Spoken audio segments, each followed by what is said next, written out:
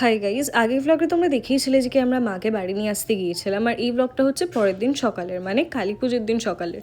এই দিন সকালটা যেরকম আনন্দের হয় তার সাথে সাথে অনেক কাজও থাকে। কাজ বলতে ওই মামাসিদের হাতে হাতে একটু হেল্প করে দেবো, আর তার সাথে সাথে এই আলপনা ডিপার্টমেন্টটা পুরোটাই আমাদের উপর থাকে। আমরা বলতে আমি আর আমার দিদিরা। দিয়ে আমি দেখলাম যে কি বাড়ির বউরা শ্রী আনতে গিয়েছিলো, তো আমিও ভাবলাম যে আমিও যাই, কারণ বাড়ির একদম সামনেই। তো আমিও চলে গিয়েছিলাম ওদের সাথে। এসে আমি আবার বসে পড়েছিলাম আমার ইনকমপ্লিট আলপনাটাকে কমপ্লিট করতে। অ্যাজ আমি আগে আউটলাইন করে রাখি অ্যান্ড তারপরে এসে ওটাকে ফিল করে দিই, বিকজ আমার মনে হয় ওটা তখন বেশি প্রিসাইসলি আর ভালো লাগে দেখতে। তার মধ্যেই এসে গেছিলো বাজনা, আর এই সময় বাজনা আসা মানে আমরা সবাই মিলে যাই জলসইতে।